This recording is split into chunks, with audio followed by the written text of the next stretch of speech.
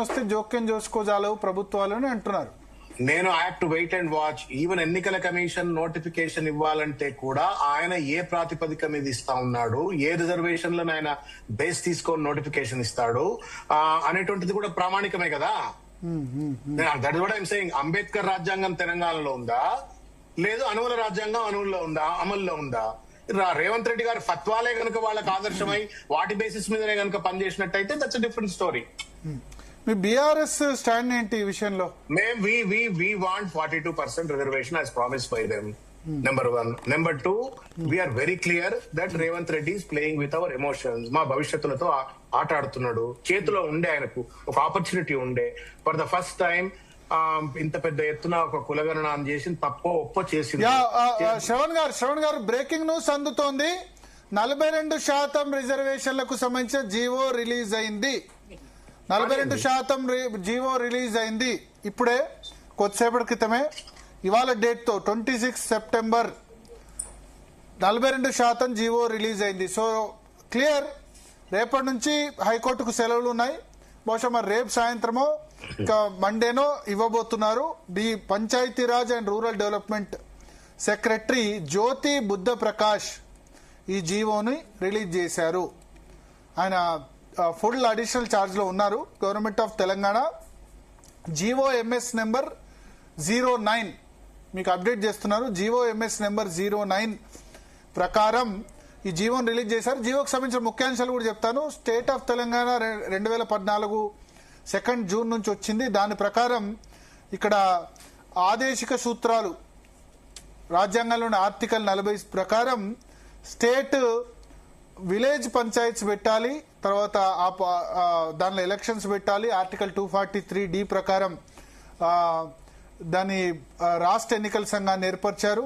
ఇవన్నీ డీటెయిల్స్ కూడా ఉన్నాయి. ఉంటూ ఏం చెప్పారంటే, 1 man commission submitted in its report.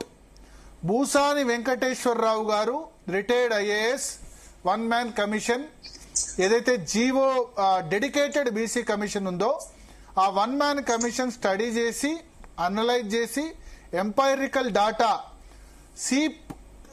Survey సిపాక్ సర్వే ఏదైతే ఉందో ఎస్ఈఈ పిసి సర్వే ప్రకారం ఇతర డాటా ప్రకారం రికమెండ్ చేసి reservation for backward class in local bodies 1 man commission submitted its report in March 2025.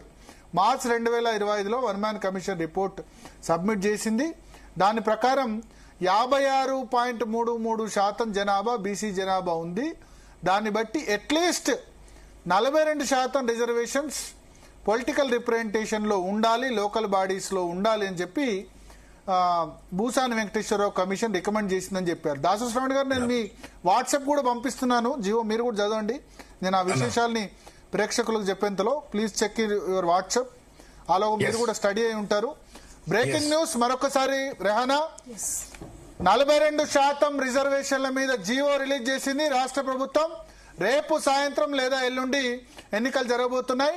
So the జీవోలో రిఫరెన్స్ గా ఏం చెప్పారంటే, Bhusani Venkateswararao dedicated BC commission ఏదైతే కోర్టు నిబంధనల ప్రకారం BC commission dedicated BC commission ఉండాలి.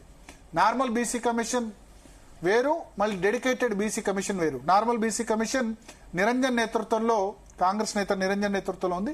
Dedicated BC commission Bhusani Venkateswararao retired IAS నేతృత్వంలో committee మార్చిలో రిపోర్ట్ ఇచ్చింది.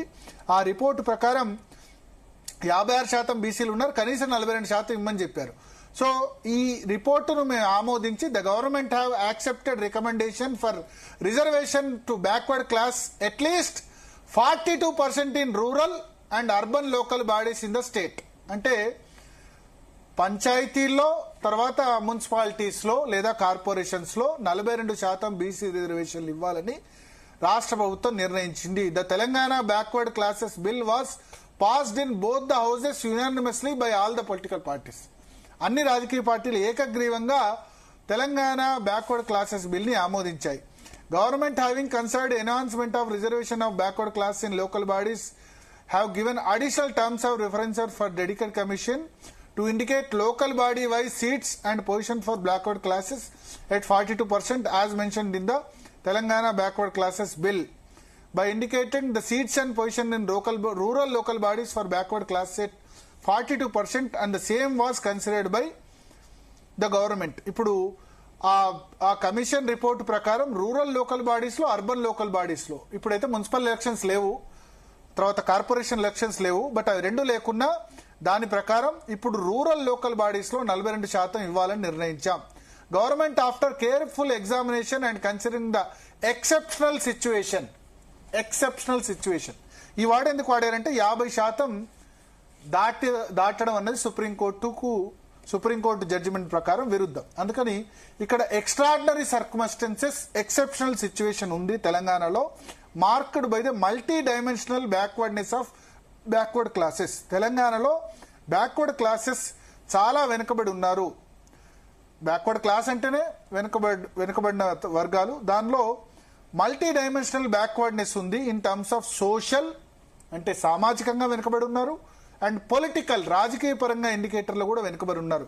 కాబట్టి in exercise the powers conferred under the constitution, రాజ్యాంగం ప్రకారం రాష్ట్ర ప్రభుత్వానికి సంక్రమించిన అధికారాల మేరకు మేము in view of the urgent necessary to ensure the welfare, అంటే బీసీ ప్రజల సంక్షేమం, ఎంపవర్మెంట్, సాధికారిత, full participation of backward classes and to uphold the constitutional vision of equality, social justice, అంటే సమానత్వము, సామాజిక న్యాయం ఏదైతే రాజ్యాంగంలో చెప్పబడిందో, అండ్ ఇన్క్లూజివ్ గ్రోత్, అంటే సమ్మిళిత అభివృద్ధి, ఏవో ఒక్కళ్ళ వర్గం అభివృద్ధి కాకుండా అన్ని వర్గాల అభివృద్ధి కోసం here by orders to provide 42% reservation of the seats and positions in local bodies to backward class in the state of Telangana.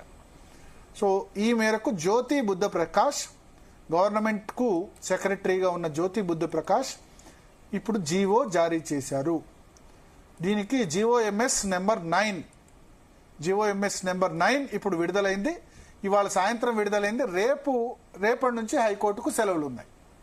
So హైకోర్టులో బహుశా వెకేషన్ బెంచ్, మేబీ సెలవులు ఉన్నా సరే ఎవరో ఒకళ్ళు అర్జెంట్ హియరింగ్ ఎందుకంటే జరుగుతుందని అడగొచ్చు. అప్పుడు చీఫ్ జస్టిస్ ఆఫ్ హైకోర్టు నిర్ణయం తీసుకోవాల్సి ఉంటుంది ఇటువంటి విషయాల్లో. ఆయన ఇమీడియట్ గా జోక్యం చేసుకోవాలా వద్దా అన్న దాని విషయంలో.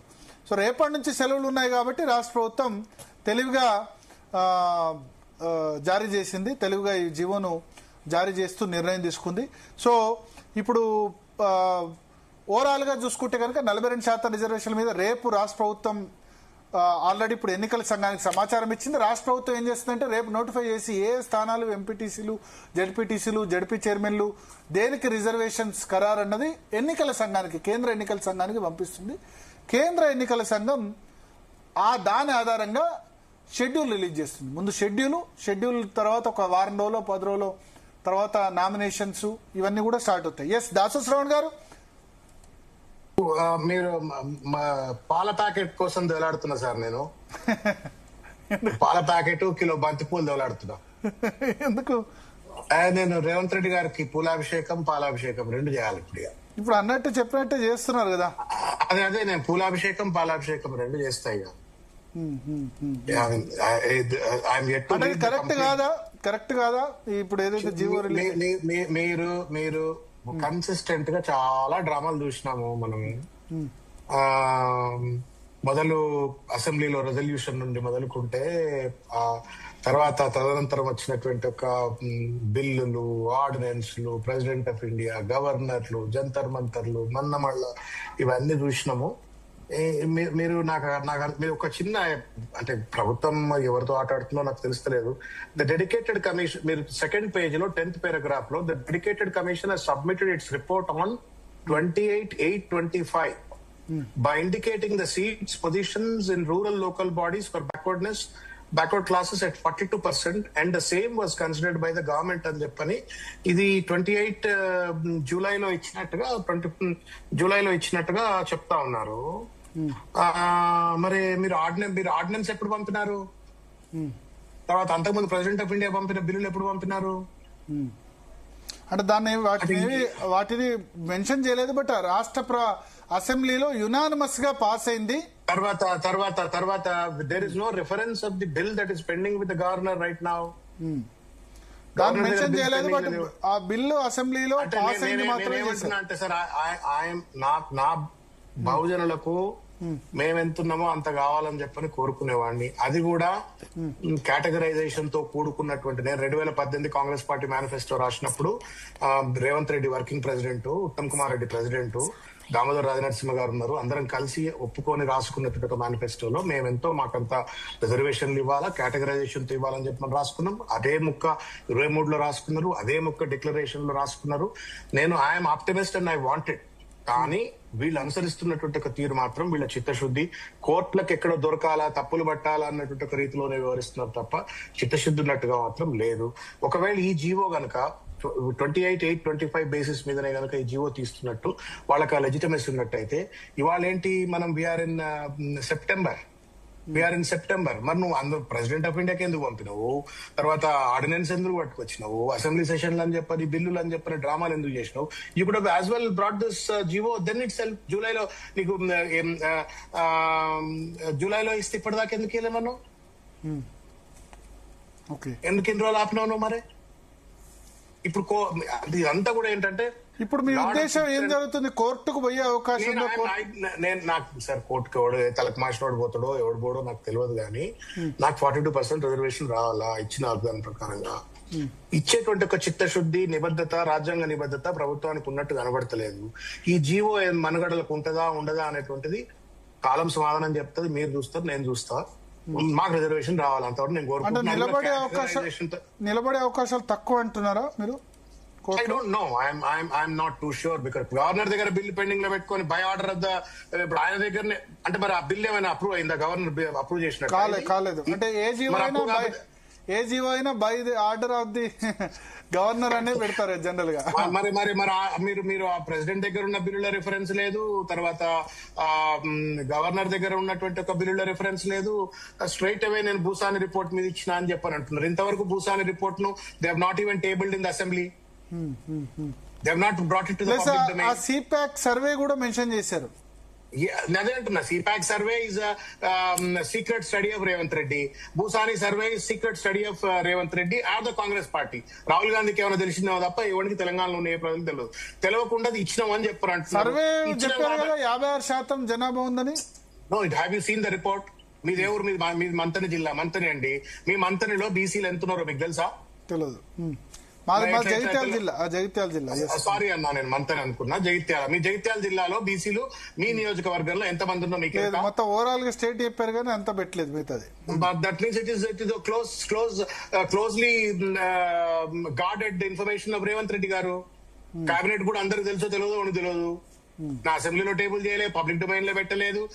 స్ట్రైట్ అవే నేను జూలైలో ఇచ్చిన రిపోర్ట్ మీద జీవో ఇచ్చిన అంటుడు. మరి ఈ ఆర్డినెన్స్ అంటే ఈ జీవోలు ఏంటి? ఎవరు సమానం చెప్తావు? కోర్టు రాజ్యాంగం ఒక పారదర్శకమైనటువంటి ఒక సూత్రాలతో నడుస్తుంది. ఇష్టం వచ్చినట్టు జీవోలు తీసి ఇష్టం వచ్చినట్టు రుద్దుతా అంటే 42% 42 కాదు 56% రావాలి. మాకు 56 రావాలని కోరుకుంటున్నా. కానీ ఆ ఇచ్చే నిబద్ధత ఉన్నట్టుగా ఒక కాన్స్టిట్యూషనల్ ప్రాసెస్ అని ఉంటుంది ఒకటి, అది ఏమైనా పాటిస్తున్నట్టుగా నాకు అనిపిస్తలేదు. అందుకే పాల ప్యాకెట్ కిలో బంతిపూలు అయితే దెవలాడుతున్నాను నేను. సో ఇప్పుడు కోర్టుకు డెఫినెట్ గా ఇప్పుడు మన పేపర్లో వార్తలు వస్తేనే పోయినారు. ఇప్పుడు జీవో వచ్చింది కాబట్టి రేపే వెళ్లే అవకాశం ఉంది. కానీ కోర్టు హాలిడేస్ ఉన్నాయి. ఒక అడ్వకేట్ గా చెప్పండి. సరే, కోర్టులు బంద్ అయినంత మాత్రాన న్యాయం బంద్ అవుతుంది అనేది ఉండదు. కానీ ఈ విషయంలో ఎవడు కోర్టుకు పోతాడో ఎవడు పోవద్దు, 42% రిజర్వేషన్ రావాలని చెప్పని కోరుకుంటా. కానీ అసలు ప్రభుత్వానికి ఆ చిత్తశుద్ధి ఉందా అనేది మీరే చూస్తారు 2 రోజులు అయితే. అంటే వాళ్ళు ఏమంటారు అంటే చిత్తశుద్ధి ఉంది కాబట్టి ఇట్లా చేస్తున్నాం అంటే టైం చూసి మేము హైడ్రా డెమాలిషన్స్ ఎట్లయితే సాటర్డే సండే చేస్తారో అట్లా చేశారంటే కోర్టులు లేని సమయాల్లో ఎవరు కోర్టుకు వెళ్లకుండా అదే ప్రయత్నం. సరే, హైడ్రాకు దీనికి లింక్ లేదనుకోండి, కానీ మీరు ఏం చేసినా గానీ న్యాయ సూత్రాల యొక్క స్క్రూటినీకి నిలబడేటువంటి ఒక నిర్ణయం జరగాల, దాని ప్రకారమైనటువంటి ఒక జీవోలు జరగాల. అట్లయినప్పుడే రేపు పొద్దుగా ఫుల్ ప్రూఫ్ అంటాం మనం. అంతే. When you make a GO, when you make a law, when you make a policy, you are supposed to make in a fool-proof mechanism. Okay, ఏ రకమైనటువంటి ఒక తప్పిదం జరగకుండా, రేపు పొద్దుగాల కొట్టుడు పోకుండా, భవిష్యత్తులో మంచిగా అమలు చేసేటువంటి ఒక వెసులుబాటు కలిగేటువంటి ఒక రీతిలో చట్టాలు చేయాలా అని చెప్పని కోరుకుంటారు. చట్టాలు చెయ్యాలి కూడా. అట్లా వీళ్ళకు ఉన్నట్టుగా లేదు. మీరేకి అనిపించట్లే ఇది తుగ్లక్ చర్య లెక్క కనబడతలేదా? ప్రెసిడెంట్ ఆఫ్ ఇండియా దగ్గర పెండింగ్ లో ఉండగానే గవర్నర్ కు ఆర్డినెన్స్ అంటారు, మళ్ళీ ఆర్డినెన్స్ పెండింగ్ లో ఉండగానే బిల్లులు అంటారు, ఆ బిల్లులు పెండింగ్ లో ఉండగానే జీవోలు అంటున్నారు. Don't you think they are playing jugglery? Circus company నడుపుతున్నట్టు అనిపించట్లే మీకు? సో అంటే ఇప్పుడు ఇది కోర్టులో నిలబడే అవకాశాలు తక్కువనా? నేను అన్న I don't want make any comment. Directive గా నేను నా బీసీలకు అన్యాయం జరగద్దు అని నేను కోరుకుంటున్నా. వాళ్ళు కోరుకున్నట్టుగా, వాళ్ళు వాగ్దానం చేసినట్టుగా 42% రిజర్వేషన్ కేటగరైజేషన్ తో కూడుకొని రావాలని చెప్పని మనస వాచా కర్మణ నేను కోరుకుంటున్నా. నా ఎదురుగా దేవుని గుడి ఉన్నది, నేను దేవుని గుడి నానా చేసి చెప్తుంది మాట. కానీ ఈ ప్రభుత్వానికి మన విజువల్ థింకింగ్ వేరు, కాన్స్టిట్యూషనల్ శాంటిటీ, కాన్స్టిట్యూషనల్ శాంక్షన్ వేరు. అది ఈ ప్రభుత్వం దృష్టిలో పెట్టుకుని చర్యలు చేపడుతున్నట్టుగా అనిపించట్లేదని మాత్రం నేను చెప్పగలుగుతాను. ఓకే, సో మీకు విజువల్ థింకింగ్ అట్లా ఉంది, కానీ అది జరిగే అవకాశాలు తక్కువగా అనిపిస్తున్నాయి. జీవో తీసుకొచ్చిన విధానం దాని ప్రకారం అదిగా మీరు ఎట్లన్నా ఇంటర్ప్రిట్ చేసుకోండి, కానీ మీరే అర్థం చేసుకోండి అన్న. President of India, then governor, triple test అయితే నాకనిపిస్తుంది ట్రిపుల్ టెస్ట్ అయితే సుప్రీంకోర్టు పాస్ కావట్లేదు. ట్రిపుల్ టెస్ట్ ఏదైతే ఉందో ట్రిపుల్ టెస్ట్ పాస్ అయిందని ఎవరు supreme court has to say that they have not gone to the supreme court కదా. అంటే సుప్రీంకోర్టు ట్రిపుల్ టెస్ట్ పాస్ అయితేనే ఇవ్వాలని చెప్పింది కదా. ఆ ట్రిపుల్ టెస్ట్ లో 50% రిజర్వేషన్ పరిమితికి సరైన కారణాలు చూపించాలి, అది కూడా ఉంది కదా. సరే, దాని రిప్రజెంటేషన్ ఇవన్నీ. I mean independent dedicated commission has to make a recommendation. ఆ రికమెండేషన్ అది పబ్లిక్ డొమైన్ లో ఇంతవరకు పెట్టలేదు, అసెంబ్లీలో టేబుల్ చేయలేదు. వాళ్ళ ప్రైవేట్ ప్రాపర్టీ లెక్క దాన్ని అట్లా పెట్టుకున్నప్పుడు సంబడి విల్ క్వశ్చన్ కదా, who's report is this, where is this report, is it tabled in the assembly అడగరా? అంటే అసెంబ్లీలో పూర్తి రిపోర్ట్ పెట్టలేదు, ఏదో నెంబర్ ఆఫ్ పర్సన్స్ ఇంత అని చెప్పారు తప్ప పంచాయతీల వారిగా, మండలాల వారు. మరి ఒకటి కేసీఆర్ ప్రభుత్వం కూడా 2014లో సమగ్ర కుటుంబ సర్వే అప్పుడు కూడా పెట్టలేదు కదా. But that was not the basis for this reservations. Okay, అది కేవలం డెవలప్మెంటల్ ఇండెక్స్ కోసము, ఎక్కడెక్కడ ఏ వర్గాలు వెనుకబడతనంలో ఉన్నాయి, ఏ వర్గాలకు భూములు లేవు, ఏ వర్గాలు దారిద్ర్యంలో కొట్టుమిట్టాడుతున్నారు, వాళ్ళకి ఏ రకంగా ఫస్ట్ టైం స్టేట్ ఏర్పడ్డటువంటి ధర్మిల సామాజికంగా, ఆర్థికంగా ఏ రకంగా వెనుకబడతనంలో ఉన్నారు అని చెప్పని మొత్తం సమాజానికి ఆయన ఒక ఎక్స్రే తీసిండు, ఆయన సిటీ స్కాన్ చేసిండు, ఎంఆర్ఐ చేసిండు. దట్ బేస్డ్ ఆన్ విచ్ ఈ బ్రాట్ ఇన్ ప్రోగ్రామ్స్. నువ్వేంది, ఇది స్పెసిఫిక్ పర్పస్ ఉంది, ఆబ్జెక్టివిటీ ఉంది. Objectivity is to give the reservations. That cannot be a private property data of Revanth Reddy. Okay. Or the government. Yeah. It is public data. Public man 160 కోట్లు ఖర్చు పెట్టి dedicated commission అని పెట్టి నువ్వు జూలైలో వచ్చిందని ఇవాళ చెప్తున్నాను. ఈ జూలైలో వచ్చిందని ఎవరికి చెప్తున్నాను? ఇవాళ ఈ జీవో ద్వారా చెప్తున్నాను, అది కూడా సెప్టెంబర్ లో ఎండింగ్ లో. ఓకే, అంటే ఆ బీసీ డెడికేటెడ్ కమిషన్ రిపోర్ట్ కూడా హైకోర్టులో పెట్టుంటే బాగుండేది. పారదర్శకత లేదు, జస్టిఫికేషన్ ఎట్లా చేసుకుంటా. నేను ఏమంటున్నాను, అందుకే I don't want to get in to a leading discussion on this. నేను మా బీసీ వర్గాలకు పార్టీ పరంగా, వ్యక్తిగతంగా. శ్రవణ్ గారు వాయిస్ కట్ అవుతుంది. శ్రవణ్ గారు, దాసు శ్రవణ్ గారు లైన్ కట్ అయినట్టుంది. మనతో పాటు జస్టిస్ చంద్రకుమార్ గారు, తెలంగాణ హైకోర్టు మాజీ న్యాయమూర్తి ఉన్నారు. చంద్రకుమార్ గారు చెప్పండి. సో మీరు చెప్పాలి, లీగల్ గా ఇప్పుడు జీవో ప్రకారం వెళ్తే గనక ఇబ్బందులు ఉంటాయా, లేకపోతే గో అహెడా? ఎందుకంటే ఎన్నికల కమిషన్ బహుశా రేపు సాయంత్రం వరకే నోటిఫికేషన్ ఇస్తుంది అంటున్నారు, 1-2 days లోపే. రేపటి నుంచి హైకోర్టు సెలవులు ఉన్నాయి. అవును. సో ఒకటి, ఇప్పుడు హైకోర్టు సెలవు ఉన్నప్పుడు వెకేషన్ బెంచ్ ప్రతిరోజు ఉంటుందా సార్? ప్రతిరోజు వెకేషన్ బెంచ్ అనేది ఉండదు. దాని కింద 3 days అంటే ఇప్పుడు మామూలుగా ఏంటంటే 3 days కోసారో 4 days కోసారో ఒక బెంచ్ సిట్టింగ్ అనేది ఉంటుంది. అందులో కూడా సింగిల్ బెంచ్ ఉంటుంది, డివిజన్ బెంచ్ ఉంటుంది. తర్వాత వీటన్నిటికంటే కూడా ముఖ్యం ఏంటంటే చీఫ్ జస్టిస్ దాని మీద ఆధారపడి ఉంటుందండి. ఏదన్నా హౌస్ మోషన్ మరీ ఇంపార్టెంట్ సబ్జెక్ట్ కనుక అయినప్పుడు హౌస్ మోషన్ కూడా స్వీకరిస్తారు అందులో. ఓకే, అలాంటప్పుడు కోర్స్ సెకండ్ 2 days తర్వాత వచ్చినా 3 days తర్వాత వచ్చినా హౌస్ మోషన్ మీద వచ్చినా కూడా మ్యాటర్ హైకోర్టు హియరింగ్ కు వస్తుంది. హియరింగ్ తీసుకోవచ్చు హైకోర్టు. అంటే ఇప్పుడు హౌస్ మోషన్ తీసుకోదగ్గ వ్యవహారమా ఇది? అంటే అంత సీరియస్ వ్యవహారమా కాదా? వాస్తవం ఏంటంటే వీరు చీఫ్ జస్టిస్ గారిని కన్విన్స్ చేసే దాని మీద ఆధారపడి ఉంటుంది అందులో. పిటిషనర్ ఇప్పుడు ఇష్యూ ఏంటంటే ఇప్పుడు పోస్ట్ మార్టం లాంటి ఇష్యూస్ కానీ, లేకపోతే ఏదైనా హెబియస్ కార్పస్ పిటిషన్ లాంటిది కానీ, రాంగ్ఫుల్ కన్ఫైన్మెంట్ ఇష్యూస్ కానీ, very very very important life కి సంబంధించిన ఇష్యూస్ అనేది మట్టుకు వాళ్ళు హౌస్ మోషన్ గా తీసుకోవడానికి అవకాశాలు ఉంటాయి అందులో. అంటే డిస్మెంటలింగ్ చేస్తున్నారు పెద్ద ఎత్తున అలాంటి సందర్భాలలో. బట్ ఇక్కడ కూడా వీళ్ళు చీఫ్ జస్టిస్ గారిని కన్విన్స్ చేసేటటువంటి దాని మీద దాని ఇంపార్టెంట్ కనుక ఆయన గుర్తించినట్లయితే హౌస్ మోషన్ కూడా పర్మిషన్ ఇవ్వచ్చు ఆయన. ఓకే, మరి ఇక్కడ డిస్మాంట్లింగ్ లాంటిది లేదు. ఇక్కడ బీసీ రిజర్వేషన్ నోటిఫికేషన్ వస్తుంది, ఎన్నికల సంఘం నోటిఫికేషన్ జారీ చేస్తున్న దాంతో వెళ్తే ఇచ్చేందుకు జోక్యం చేసుకునేందుకు అంత ఆస్కారం ఉందా? మీరు అన్నట్టు బెయిల్ కేసెస్ లో లేకపోతే ఇంపార్టెంట్ కేసెస్ లో హేబియస్ కార్పస్ అది ఈ దీని కిందకి వస్తుందా? రాకపోవచ్చు. ఇది మామూలుగా అవుతుందో ఒక కోర్స్ జనరల్ గా చాలా మంది ప్రజలకు సంబంధించిన ఇష్యూయే కానీ జనరల్ గా వెకేషన్ కోర్టులోనే టేకప్ చేయవచ్చు. వెకేషన్ కోర్టు 2-3 days కోసం ఉంటుంది. అవును. సో వెకేషన్ కోర్టు దగ్గరికి వచ్చినప్పుడు ఆ వచ్చేలోగానే రాష్ట్ర ఎన్నికల సంఘం నోటిఫికేషన్ ఇచ్చింది అనుకోండి. అవును. అప్పుడు ఎట్లా? జనరల్ గా ఒక ఎక్కడా లేదు కానీ ఒక ప్రిన్సిపల్ కదా, ఎన్నికల సంఘం నోటిఫికేషన్ ఇచ్చిన తర్వాత కోర్టులు జోక్యం చేసుకోకూడదు అన్నది ఒక కన్వెన్షన్ ఉంది కదా. ఎన్నికల కమిషన్ నోటిఫికేషన్ ఇచ్చేసిన తర్వాత ఎలక్షన్ ప్రాసెస్ గురించినటువంటి ఇష్యూస్ లలో ఎలాంటి జోక్యం చేసుకోవడానికి అవకాశం లేదు. Election process something different. తర్వాత ఏతుందో ఇక్కడ 42% రిజర్వేషన్స్ అనేది ఒక ఇష్యూ అందులో.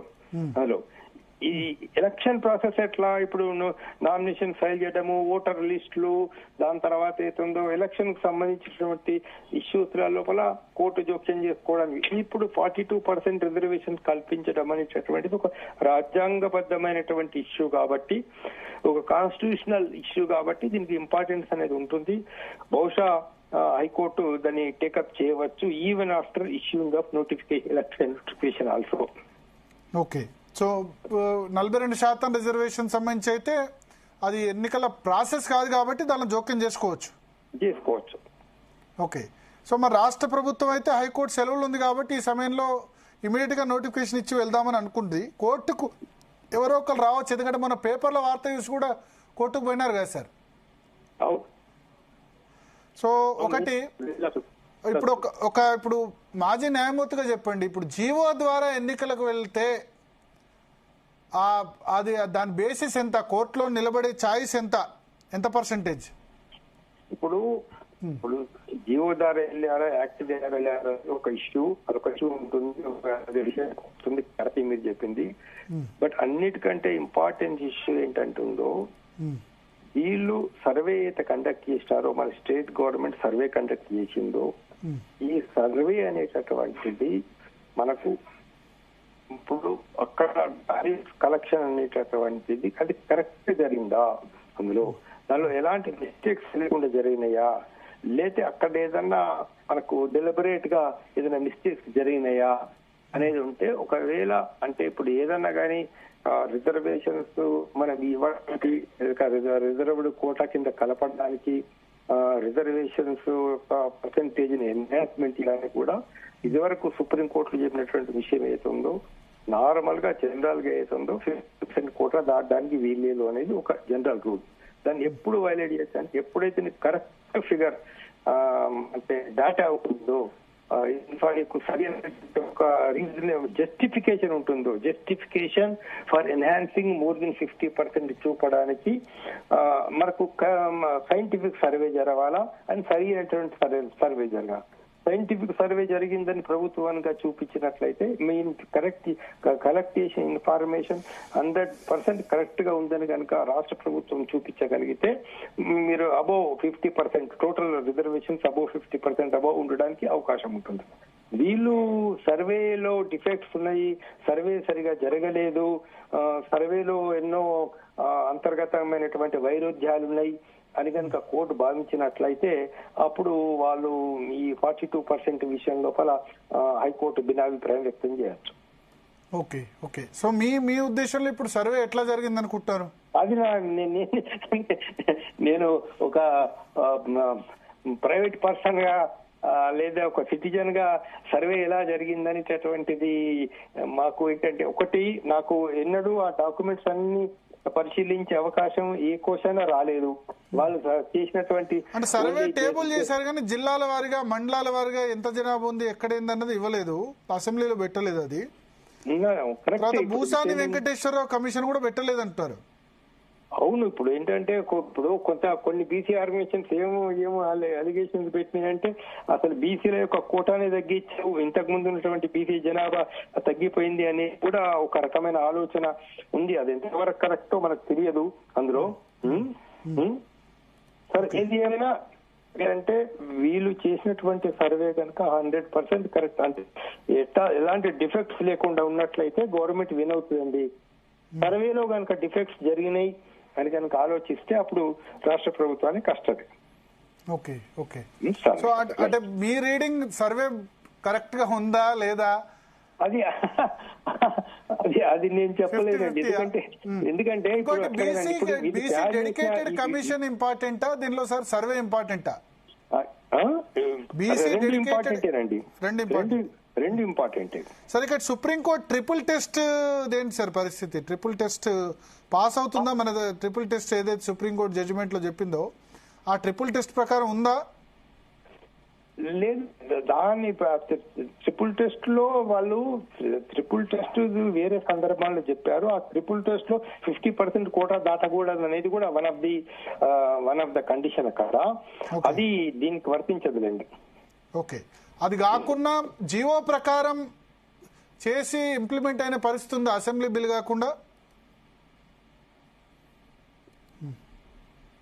అసెంబ్లీ బిల్లు కనుక చేసినట్లయితే, అసెంబ్లీలో చట్టపరంగా చేసినట్లయితే దానికి మనకు వ్యాలిడిటీ కానీ ఫోర్స్ కానీ లీగల్ గా అది చాలా కరెక్ట్ అయిన సరైనటువంటి ఒక మెథడ్.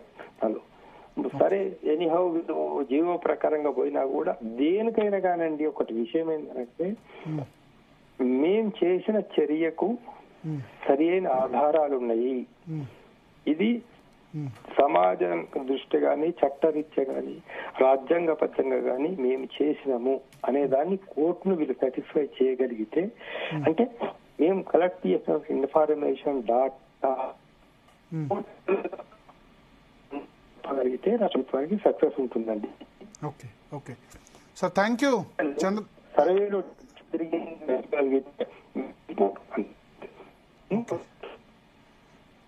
వాయిస్ కట్ అవుతుంది చంద్రకుమార్ గారిది. మనతో పాటు ఐఏఎస్ అధికారి, మధ్యప్రదేశ్ ఐఏఎస్ అధికారి, బీసీల ఎంపవర్మెంట్ గురించి పోరాడుతున్న పి నరహరి గారు ప్రస్తుతం ఫోన్ లైన్ లో సిద్ధంగా ఉన్నారు. నరహరి గారు, జీ తెలుగు న్యూస్ కోసం సమయం కేటాయించిన ధన్యవాదాలు సార్. జీవో ఇష్యూ చేసింది రాష్ట్ర ప్రభుత్వం కొద్దిసేపటి క్రితం. రేపు రాష్ట్ర ఎన్నికల సంఘం సమావేశం పెట్టబోతోంది. జిల్లా కలెక్టర్లు, ఎస్పీలు, డీజీపీ అందరితో మీటింగ్ పెట్టబోతోంది. ఏంటి పరిస్థితి? రేపటి నుంచి హైకోర్టుకు వెకేషన్ బెంచ్ తప్ప వేరేది ఉండదు. బహుశా మండే వరకు ఎవరు కేసు వినకపోవచ్చు. సో రాష్ట్ర ప్రభుత్వం తెలివిగా హైకోర్టు దసరా సెలవుల నేపథ్యంలో జీవో రిలీజ్ చేసి రేపు ఎల్లుండి నోటిఫికేషన్ ఇచ్చి ఎన్నికలకు వెళ్దాం అనుకుంటుంది. పాసిబుల్ అవుతుందా?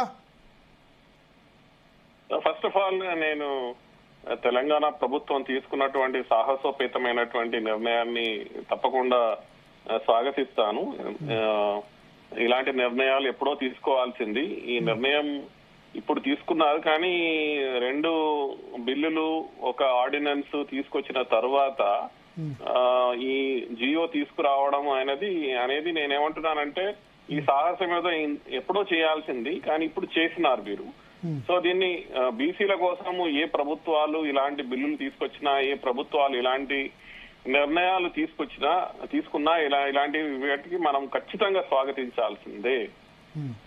అయితే దీంట్లో మనకి ఉన్నటువంటి సమస్యలే చూసుకున్నట్టయితే, అయితే నేను ఆ జియో ఏదైతే ప్రభుత్వం ఇష్యూ చేసిందో దాంట్లో ఒక కొత్త విషయం మనకి కనిపిస్తా ఉన్నది. ఏంటనంటే 11/7/2025 వన్ మ్యాన్ కమిషన్ ఏదైతే ఉండిందో దానికి అడిషనల్ టర్మ్స్ ఆఫ్ రిఫరెన్స్ ఇవ్వడం జరిగింది. One man dedicated commission. అయితే ఆ డెడికేటెడ్ కమిషన్ 28/8/2025 తన రిపోర్ట్ సబ్మిట్ చేసింది అని దీంట్లో ఉన్నది.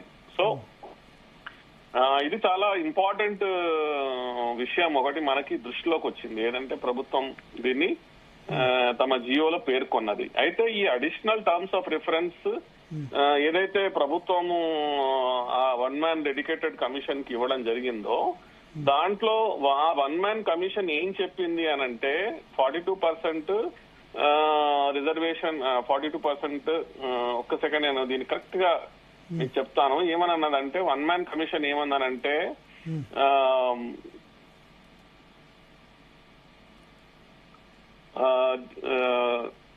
ది వన్ మ్యాన్ కమిషన్ ఏమనంటే by indicating the seats and positions in rural local bodies for backward classes at 42% and the same was considered by the government.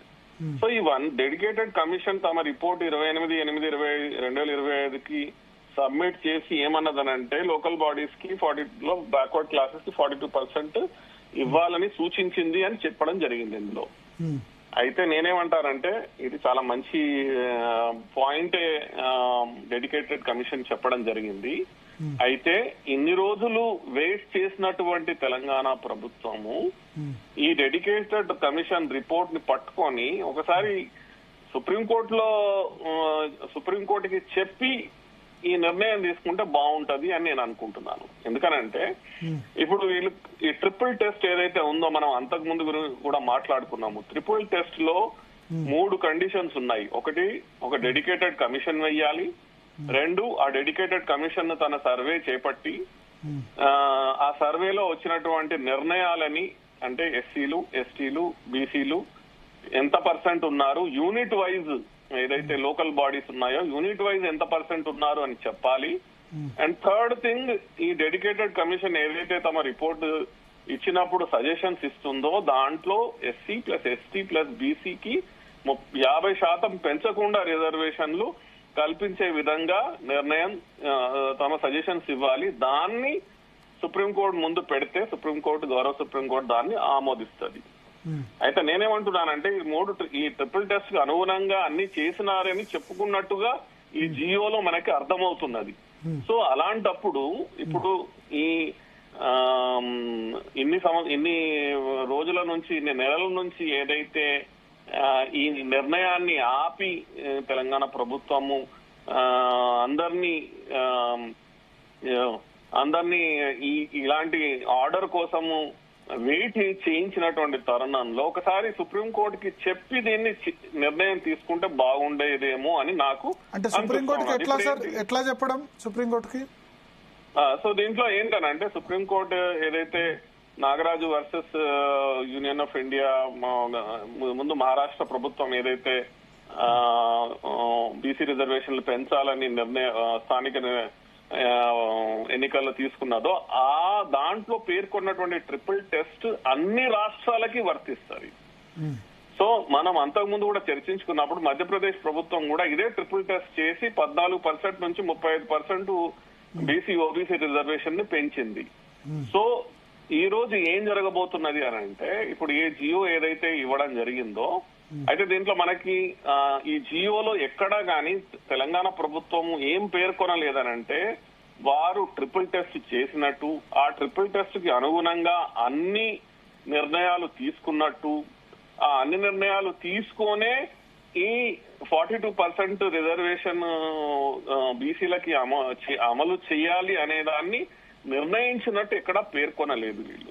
So ఇప్పుడు ఏమవుతుందనంటే మళ్ళీ దీన్ని judicial రివ్యూకి వెళ్ళిపోతుంది. ఇది ఇమీడియట్ గా ఇది జ్యుడిషియల్ రివ్యూకి వెళ్తుంది. జ్యుడిషియల్ రివ్యూకి వెళ్ళినప్పుడు ఈ నిర్ణయం ఏదైతే తెలంగాణ ప్రభుత్వం తీసుకున్నదో మరి ఏ ఆధారం బేస్ చేసుకొని దీని నిర్ణయం తీసుకున్నారు అనేటువంటి ప్రశ్న ఏర్పడుతుంది. అంటే జ్యుడిషియల్ రివ్యూ అంటే ఇప్పుడు కోర్టులు గో హెడ్ ఇచ్చే అవకాశం లేవు, స్టే ఇచ్చే అవకాశమే కనిపిస్తుంది మోస్ట్లీ. సో మనం మనకి కనిపిస్తున్నది, మనం ఎదురుగా కనిపిస్తున్నది ఏమిటి అని అంటే, కోర్ట్స్ ఏమైతే ఇప్పుడు వీళ్ళు ఇచ్చినటువంటి జియోలో ఎక్కడ ట్రిపుల్ టెస్ట్ కి అనుగుణంగా మేము 42% రిజర్వేషన్ బీసీలకి స్థానిక ఎన్నికల్లో కల్పిస్తున్నామని పేర్కొనలేదు. అది పేర్కొంటే బాగుండేది అని ఫస్ట్ నా అభిప్రాయం. అయితే అక్కడ పేర్కొని ఉన్నట్టయితే 42% పేర్కొన్నట్టయితే మరి మీరు 42% ఏదైతే ఇస్తున్నారో 42% బీసీలకి, మరి ఆ ముందున్నటువంటి 19% ఎస్సీలకి, ఒక 9% ఎస్టీలకి, ఇవి కూడా యథావిధిగా మీరు అమలు చేస్తున్నారా, లేకపోతే SC plus ST plus BC కలిపి మోర్ దెన్ 50% కాకుండా మేము దీన్ని రిజర్వేషన్ ని 42% బీసీలకి యూనిట్ వైజ్ కుదించి ఇస్తున్నామా అనేటువంటి విషయాన్ని ఎక్కడ పేర్కొనలేదు దీంట్లో, ఈ జియోలో. సో ఇప్పుడు ఏమవుతుందనంటే, మీరు ఏ కోర్టు నిర్ణయాలని అనుసరించి అది గౌరవ తెలంగాణ హైకోర్టులో, లేకపోతే ఇంకేదైనా స్టేట్ లో ఉన్నటువంటి హైకోర్టు, లేకపోతే గౌరవ సుప్రీం కోర్టు నిర్ణయాలకు అనుసరించి, ఇప్పుడు Nagaraju versus union of India, government of Madhya Pradesh, Maharashtra ఉన్నటువంటి కేసు ఏదైతే ఉన్నదో అది అన్ని ప్రభుత్వాలకి వర్తిస్తుంది, అన్ని రాష్ట్రాలకి వర్తిస్తుంది. అలాంటప్పుడు మీరు తీసుకున్నటువంటి నిర్ణయం, అయ్యా మేము గౌరవ సుప్రీంకోర్టుకి అయ్యా మీరు చెప్పినట్టే మేము ఇది చేసినాము అని ఒక విషయం చెప్పి ఉంటే నాకు అనిపిస్తుంది ఎలాంటి సమస్య లేకుండా ఈ రిజర్వేషన్ ని అమలు చేసే అవకాశం ఉంటది. కానీ ఇప్పుడు ఏమైతుందనంటే, ఇది మళ్ళా జ్యుడిషియల్ రివ్యూకి పోయినప్పుడు మీరు రేపు సెలవు దినాలల్లా, లేకపోతే మీరు కోర్టు సెలవు రోజులల్లా మీరు ఈ కార్యక్రమాన్ని చేపట్టినట్టయితే రేపు ఈ స్థానిక ఎన్నికలలో నిలబడేటటువంటి వ్యక్తులు ఎవరైతే ఉన్నారో వాళ్ళు పాపం అన్ని రకాల ప్రిపరేషన్స్ చేసుకుంటారు కదా, దీనికి కావలసినటువంటి వనరులు సమకూర్చుకోవాలి, పైసలు సమకూర్చుకోవాలి, అన్ని రకాలు చేసుకోవాలి. ఇదే మధ్యలో ఏదైనా కోర్టు దీనికి ఎలాంటి అభ్యంతరాలు తెలిపినా కూడా కానీ పాపం ఇవంతా ఒక పెద్ద సమస్యగా మళ్ళీ ఏర్పడుతుంది కదా అని నా అభిప్రాయం. ఓకే, అంటే ఇప్పుడు సరే హర్షం వ్యక్తం చేస్తున్నా సరే కోర్టులో నిలిచే అవకాశాలు, లీగల్ స్క్రూటినీ దాటే అవకాశాలు తక్కువ. అయితే అదే నేనేమంటున్నానంటే, మీరు లీగల్ స్క్రూటినీ తర్వాత చేసుకోవడం కంటే ముందే చేసుకుంటే అయిపోయేది కదా. అంటే మీకు మంచి అవకాశం ఉండింది కదా. Nagaraju versus state of Maharashtra and union of ఇండియాలో ఉన్నటువంటి కేసు మీకు వర్తిస్తుంది కదా. మీరు అన్ని చెప్పినారు దీంట్లో, ఏంది మేము డెడికేటెడ్ కమిషన్ వేసినాము భూసాని వెంకటేశ్వరరావు గారిది, దాని తర్వాత వారు సర్వే చేయించినారు, సర్వేలో మేము 42% అరైవ్ అయినామని అన్న ట్రిపుల్ టెస్ట్ కి సంబంధించినటువంటి అన్ని కండిషన్స్ ని మీరు చేసినారని చెప్పుకున్నప్పుడు ట్రిపుల్ టెస్ట్ కి అనుగుణంగానే మేము నిర్ణయం తీసుకుంటామని చెప్తే కూడా అయిపోయేది కదా నేను అనేది. ఆ చెప్పడం ఏదో గౌరవ సుప్రీంకోర్టుకు ఒక ఇన్ఫర్మేషన్ ఇచ్చైనా కూడా గానీ అది ఈ జియో వెంటనే ఇష్యూ చేసి ఉన్నట్లయితే మీకు జ్యుడిషియల్ స్క్రూటినీ కూడా వెళ్లాల్సిన అవసరం లేకుండా ఉండేది. ఈ రోజు మీరు మీరే మళ్ళీ జ్యుడిషియల్ స్క్రూటినీకి ముందు నిలబడే విధంగా తయారు చేసుకున్నారు. మరి ఈ లోకల్ బాడీస్ కి నిలబడేటటువంటి వివిధ వ్యక్తులు, ప్రజాప్రతినిధులు కావాల్సిన కోరికలు ఉన్నటువంటి వాళ్ళందరి ముందు మళ్ళీ ఒక ప్రశ్న మిగిల్చి మీరు దీన్ని జియోని ఇష్యూ చేసినారు కదా అని నా అభిప్రాయం. ఓకే, సో ఒకటి సార్, ఫైనల్ గా ఇప్పుడు గవర్నర్ రాష్ట్రపతి చేతిలో ఉంది కాబట్టి మరి ప్రభుత్వానికి ఇంతకు మించి వేరే మార్గం లేదు కదా. నేనేమంటున్నా అంటే, ప్రభుత్వాలకి ఎప్పుడైనా కూడా కానీ ప్రభుత్వాల ముందు నానా రకాలైనటువంటి సొల్యూషన్స్ వారి ముందు ఉంటాయి.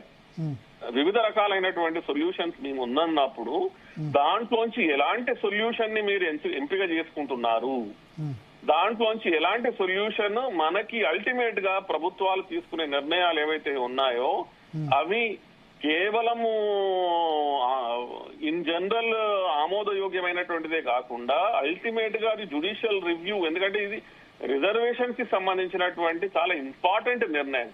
ఇలాంటి అత్యంత ఇంపార్టెంట్ అయినటువంటి ఇలాంటి నిర్ణయాలు ఖచ్చితంగా జ్యుడిషియల్ రివ్యూ పోతాయి. కాబట్టి మీరు తీసుకున్నటువంటి నిర్ణయాలు మీ ముందున్నటువంటి ఆప్షన్స్ ఏవైతే ఉన్నాయో వాటిని అన్నింటినీ బేరీజు వేసుకొని మీరు సముచితమైనటువంటి ప్లస్ దీర్ఘకాలికంగా నిలబడేటటువంటి నిర్ణయాన్ని తీసుకోవాలి కదా. ఇప్పుడు ఎలా ఉన్నదనంటే ఈ నిర్ణయం కేవలం తాత్కాలికంగా, ఎందుకనంటే ఈ రిజర్వ్ ఈ ఇష్యూ ఎటు తెగుతలేదు. బట్ హైకోర్టు ఇంటర్ఫియర్ అయ్యే అవకాశం ఉందా? వెకేషన్ బెంచ్ ఉంది, వెకేషన్ లో బహుశా కోర్టు అర్జెంట్ హియరింగ్ చేస్తే తప్ప రేపు ఎల్లుండి హాలిడేస్, రేపు ఎల్లుండి కాదు దసరా హాలిడేస్ ఉన్నాయి హైకోర్టుకి. ఎమర్జెన్సీ పర్పస్ లో కోర్టు తీసుకునే అవకాశం ఉందా ఈ కేసు విచారణ? ఖచ్చితంగా ఉంది, ఖచ్చితంగా ఉంటుంది. బట్ నేనేమంటున్నానంటే ఇప్పుడు మీరు ఏదైతే ఈ గవర్నమెంట్ ఆర్డర్ ఇష్యూ చేసినారో, ఏదైతే అందరము స్వాగతిస్తున్నామో, ప్లస్ ఇలాంటి ఆర్డర్స్ ఎప్పుడు రావాల్సిందని నేను మళ్ళీ చెప్తున్నాను. కానీ దీన్ని మీరు జ్యుడిషియల్ రివ్యూ నుంచి అంటే రేపు కోర్టు రేపు సెలవులలో స్వీకరించకపోయినా కూడా కానీ లేటెస్ట్ దసరా సెలవుల తర్వాతనే స్వీకరిస్తుంది అనుకుందాము, ఆ తర్వాత హియరింగ్ చేస్తుందని అనుకుందాము.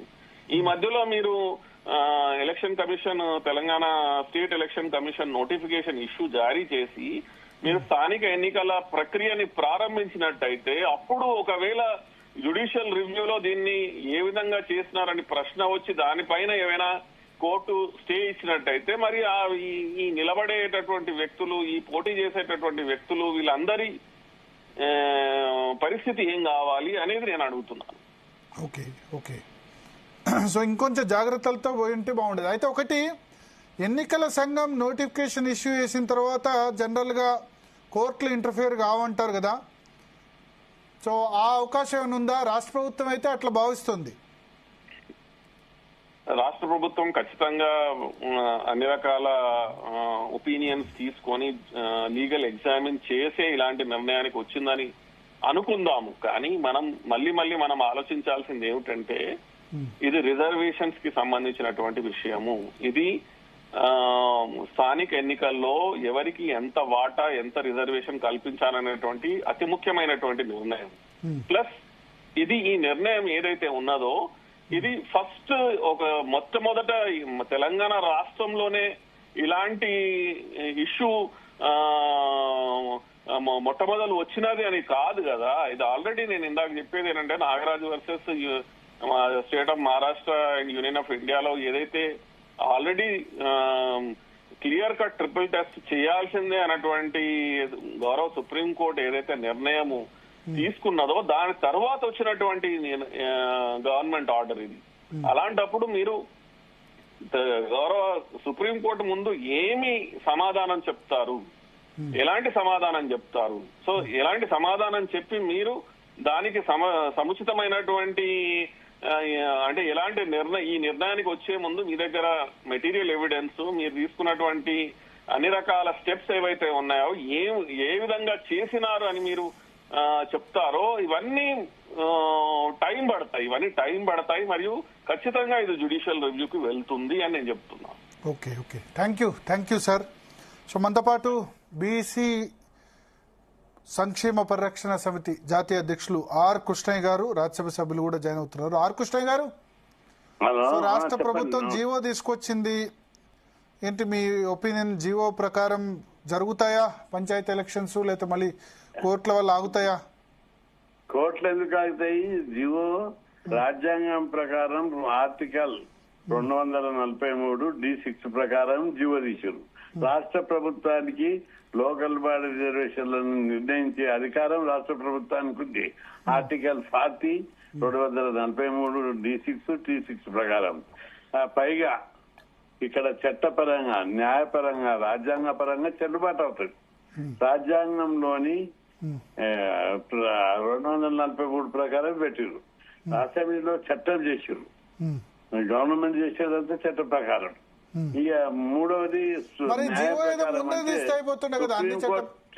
సుప్రీంకోర్టు 50% సీలింగ్ అగ్రకులాలకు 10% ఇచ్చినప్పుడు 50% సీలింగ్ తీసేసారు. కాబట్టి చట్ట ప్రకారం, న్యాయ ప్రకారం, రాజ్యాంగ ప్రకారం చెల్లుబాటు అవుతుంది, తప్పనిసరి అమలు అవుతుంది. 56% ఉన్నటువంటి బీసీలు దాన్ని అమలు చేసుకునేందుకు భుజస్కంధాల మీద వేసుకుంటారు. ఎవరు కోర్టు గిట్టుకోతే బాగుంటది, చేయరు కూడా అని నేను అనుకుంటున్నా. మొన్న పోయినారు కదా, ఆల్రెడీ పేపర్ల వార్తలు వస్తేనే పోయినారు. పేపర్ వార్తల ప్రకారం ఎట్లా వస్తారని క్వశ్చన్ చేసింది కదా ఎవరు? మొన్ననే పోయినారు కదా హైకోర్టుకు ఒకళ్ళు అంటారా, ఇద్దరు పోయినారు. హైకోర్టు ఏమన్నది కొట్టేసి పేపర్ల వార్తల ప్రకారం కాదు కదా, జీవో ఉంటే పట్టుకరండి అన్నారు. ఇప్పుడు జీవో వస్తే కూడా అదే దిక్కు అవుతుంది, అదే తీర్పు వస్తుంది జీవో వస్తే కూడా. మరి జీవో ప్రకారమే అయి ఉంటే ముందే జీవో తీసుకొస్తే అయిపోయి ఉండదు కదా, ఎందుకు ఇంత ఆలస్యం? అనేక రకాలుగా చర్చలు జరిపారు. నేను మొదటి నుంచి కూడా ఇదే స్టాండ్ జీవో తీసుకురండి, రాజ్యాంగం నుండి రాజ్యాంగం ప్రకారం రాష్ట్ర ప్రభుత్వానికి అధికారం ఉంది, జీవో దండి అని నేను 6 నెలల నుంచి అదే మాట్లాడుతున్నా.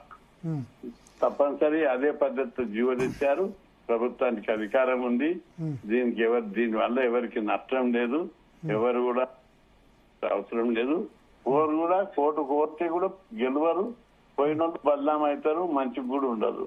పోయినారు కదా ఇప్పుడు, ఇంతకుముందు కేసీఆర్ గవర్నమెంట్ అప్పుడు పోయినారు కదా, పోయినప్పుడు ఆపింది కదా. ఎక్కడ ఆపిరు? కేసీఆర్ గవర్నమెంట్ కూడా ఇచ్చినప్పుడు.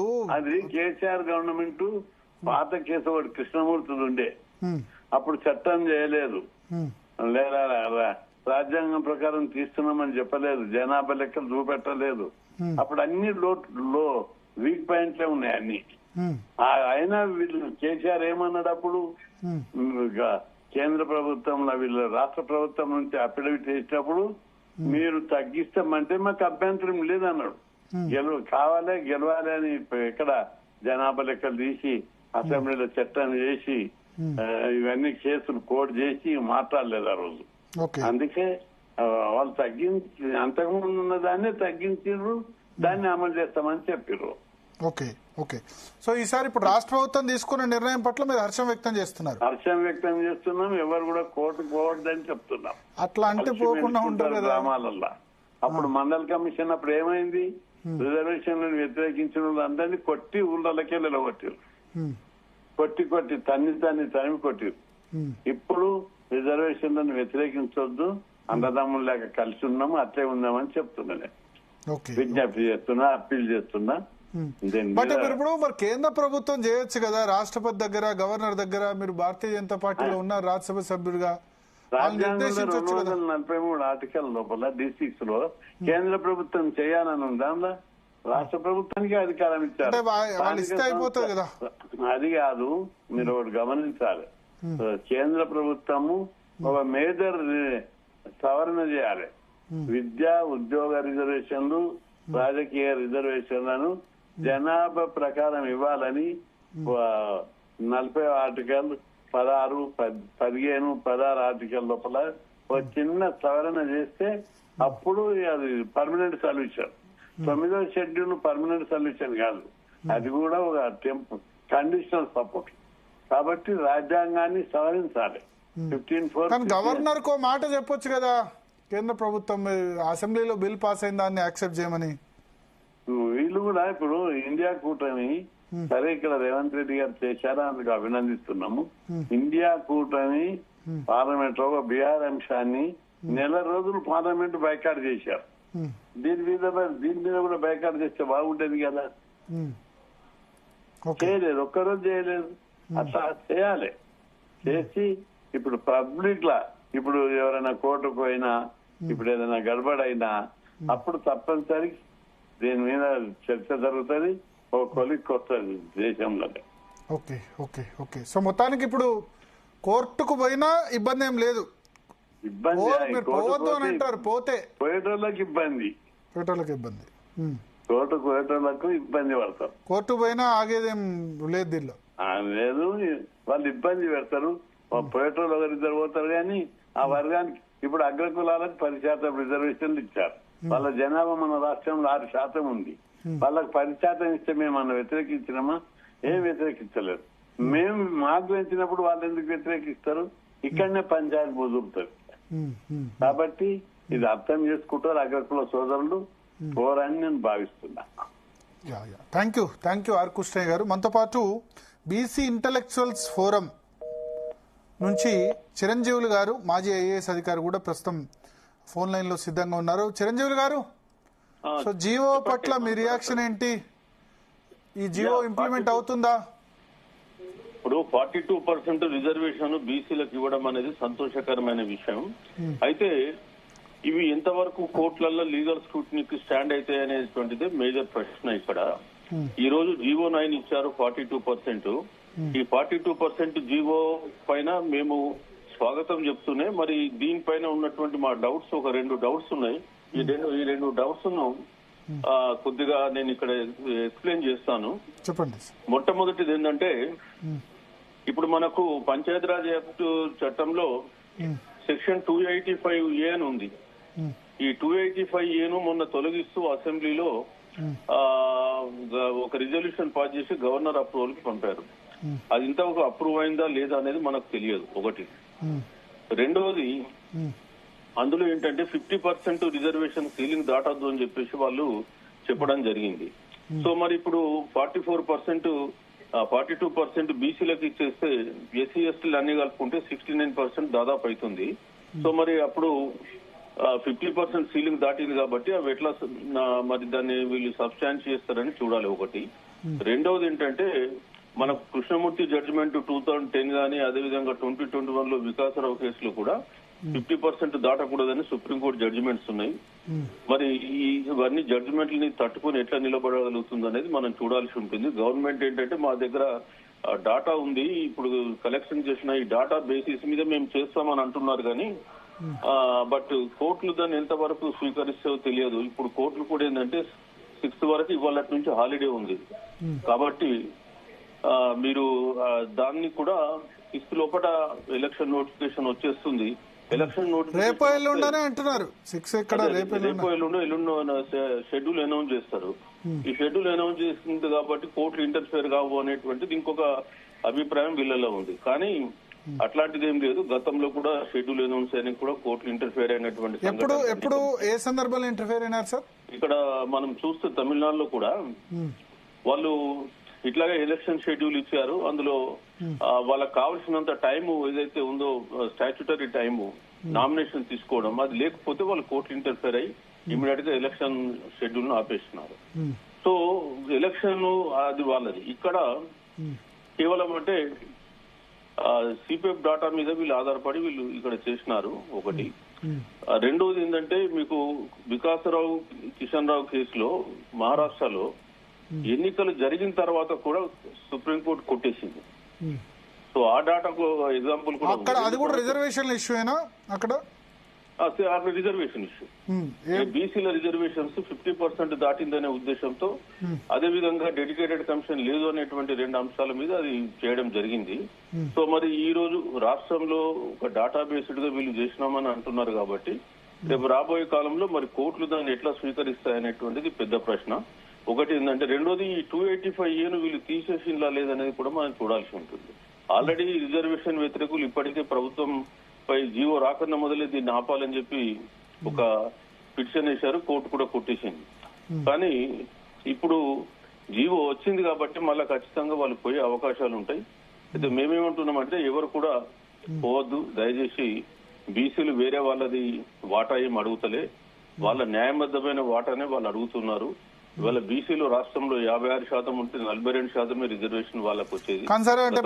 మనం మీరు పోవద్దంటారు కానీ ఆల్రెడీ పోయినారు, పేపర్ల వార్త వస్తేనే పోయినారు. ఇప్పుడు జీవో వచ్చింది. అదే ఇక మరి పోయిన తర్వాత మరి కోర్టులు ఎట్లా స్పందిస్తాయో తెలియవు.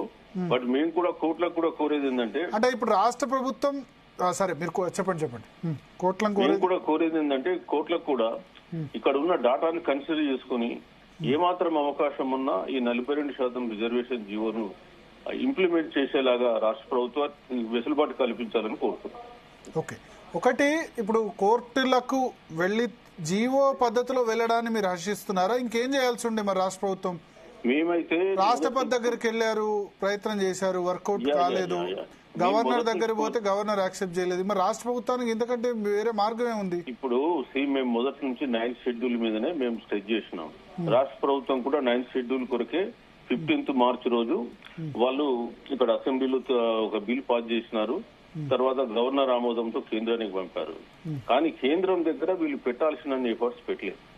ఏ రోజు కూడా ప్రధానమంత్రి దగ్గర వీళ్ళు అపాయింట్మెంట్ తీసుకొని పోలేదు. మేము అడిగినాం, వాళ్ళు ఇవ్వలే అన్నారు. కానీ ముఖ్యమంత్రి గారు ఒక డజన్ టైంలో ప్రధానమంత్రిని కలిసినాడు. ఏ సందర్భంలో బీసీల రిజర్వేషన్ కూడా చర్చించినట్టు మనకు వార్తలు రాలేదు.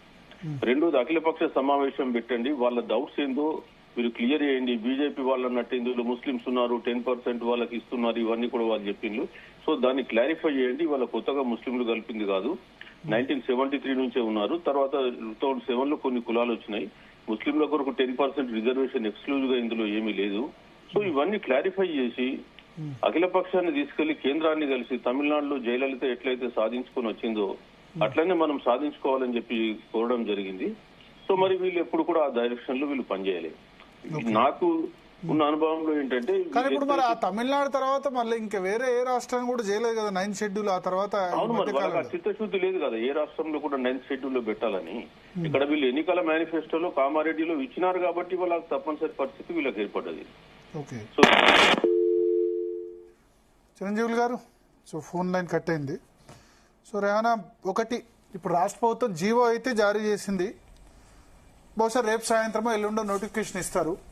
అసలు ప్రాబ్లం ఏంటంటే కోర్టులోకి వెళ్లితే ఏం జరుగుతుంది. రాష్ట్ర ప్రభుత్వం ఏంటంటే వెకేషన్, దసరా వెకేషన్ కాబట్టి కోర్టు లేదని చెప్పి, కానీ చీఫ్ జస్టిస్ దగ్గరికి పోతారు, అర్జెంటుగా మెన్షన్ చేస్తారు. సరే ఆయన ఒక్కరోజు కాకపోతే సండే రోజు కాకపోతే మండే రోజైనా వెకేషన్ బెంచ్ విచారమనో ప్రత్యేకమైన బెంచ్ కాన్స్టిట్యూట్ చేయడమో జరుగుతుంది. ఎందుకంటే ఇది ఏ ఒక్కరికి సంబంధించిన ఇష్యూ కాదు కదా.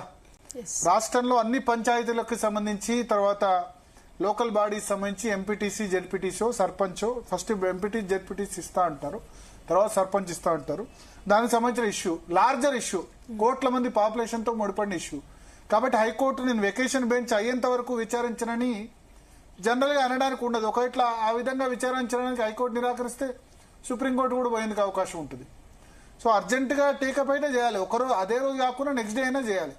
ఆలోగా ఎన్నికల నోటిఫికేషన్ వస్తే అన్నప్పుడు ఎన్నికల నోటిఫికేషన్ వచ్చిన సందర్భాల్లో కూడా ఎన్నికల కమిషన్ జనరల్ గా జోక్యం చేసుకోదు. కానీ ఎక్స్ట్రీమ్ సర్కమస్ అంటే ఎవరో ఒక ఇండివిజువల్ నా నామినేషన్ యాక్సెప్ట్ చేయలేదు, పలానా విధంగా చేయలేదు అన్నప్పుడు కోర్టు జోక్యం చేసుకునే సందర్భాలు తక్కువ. కానీ లార్జర్ ఇష్యూ రిజర్వేషన్ పర్సంటేజ్ మీద వచ్చినప్పుడు ఎన్నికల కమిషన్, ఎన్నికల సంఘం, రాష్ట్ర ఎన్నికల సంఘం నోటిఫికేషన్ ఇచ్చినా సరే జోక్యం చేసుకునేందుకు కూడా అవకాశాలు ఉంటాయి. 50% రిజర్వేషన్లు దాటింది ఈ సుప్రీంకోర్టు తీర్పు విరుద్ధం ఉన్నప్పుడు అవకాశం ఉంది. సో చూద్దాం నెక్స్ట్ 2-3 days లో ఏం జరుగుతుంది. రాష్ట్ర ప్రభుత్వం అయితే చాలా తెలివిగా దసరా వెకేషన్ చెప్పింది. దసరా వెకేషన్ సమయంలో హైకోర్టు దసరా వెకేషన్ ఉన్న సమయంలో ఇప్పుడు జీవో ఇష్యూ చేసింది. ఎవరు కోర్టుకు వెళ్లకుండా దానికంటే ముందే ఎన్నికల నోటిఫికేషన్ ఇష్యూ చేసే ప్రయత్నం చేస్తుంది. నార్మల్ గా అసెంబ్లీ ఎన్నికలు అయితే 14 రోజులు సమయం ఇస్తారు నామినేషన్లకు. కానీ దీనిలో షెడ్యూల్ రిలీజ్ చేసిన వారం రోజులకే నామినేషన్, వారం రోజులు చాలు క్యాంపెయిన్. వారం రోజులు సమయం, నామినేషన్లు వేసిన వారం రోజుల్లోనే ఎలక్షన్ చేయొచ్చు. ఎందుకంటే ఒక ఎమ్మెల్యే, ఎంపీ అనుకోండి చాలా ఏరియా తిరగాలి, కానీ ఎంపీటీసీ, జెడ్పీటీసీ అయితే తక్కువ ఏరియా కాబట్టి 7 రోజులు సరిపోతుంది. సో మేబీ ఇప్పుడు October 1 రేపు 27-28 నోటిఫికేషన్ రిలీజ్ అయింది అనుకోండి, October 10th 11th లోపల ఎలక్షన్ పెట్టేస్తారు. కానీ ఈలోగా మళ్ళీ కోర్టుకు వెళ్తే ఏం జరుగుతుంది అన్నది అయితే ఖచ్చితంగా చూడాలి. సో చూద్దాం ఏం జరుగుతుందో. ఒక చిన్న బ్రేక్ తీసుకుందాం. బ్రేక్ తర్వాత తెలంగాణలో వాయుగుండ ముప్పు తెలంగాణకు పొంచింది. బ్రేక్ తర్వాత అంశం మీద చర్చ. Welcome to daily news analysis with Bharat. స్థానిక సంస్థల ఎన్నికలకు సర్వం సిద్ధం చేస్తోంది తెలంగాణ సర్కారు. చేస్తుంది కానీ GO is not sufficient. Supreme court చెప్పిన దాని ప్రకారం ట్రిపుల్ టెస్ట్ జరగాలి. అంటే ట్రిపుల్ టెస్ట్